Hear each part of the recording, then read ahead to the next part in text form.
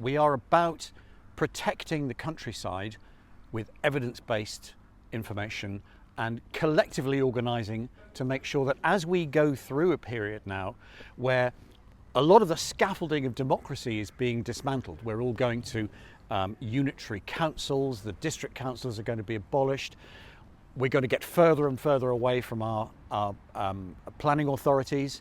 A lot of the big things that we find ourselves faced with in terms of renewable energy sites are now being basically driven by the government, not by local planning authorities.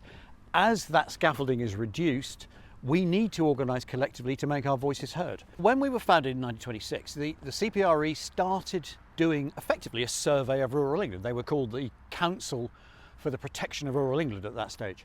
The Devon survey was the third of the surveys to be done, and it effectively just described Devon, all its villages, its moors, its rivers, its coasts.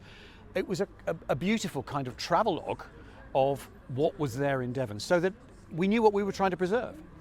And then it went on to say, this really needs to have a planning environment.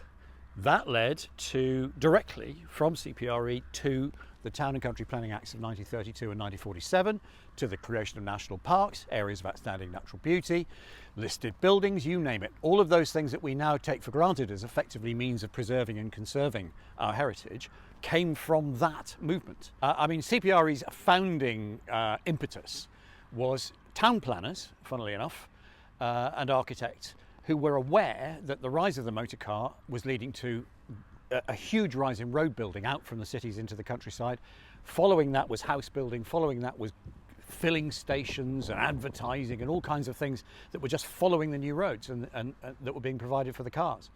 And they thought, well, if we don't get a grip on rural planning, if we don't create a set of rules for rural planning, this is just going to sweep right over the countryside.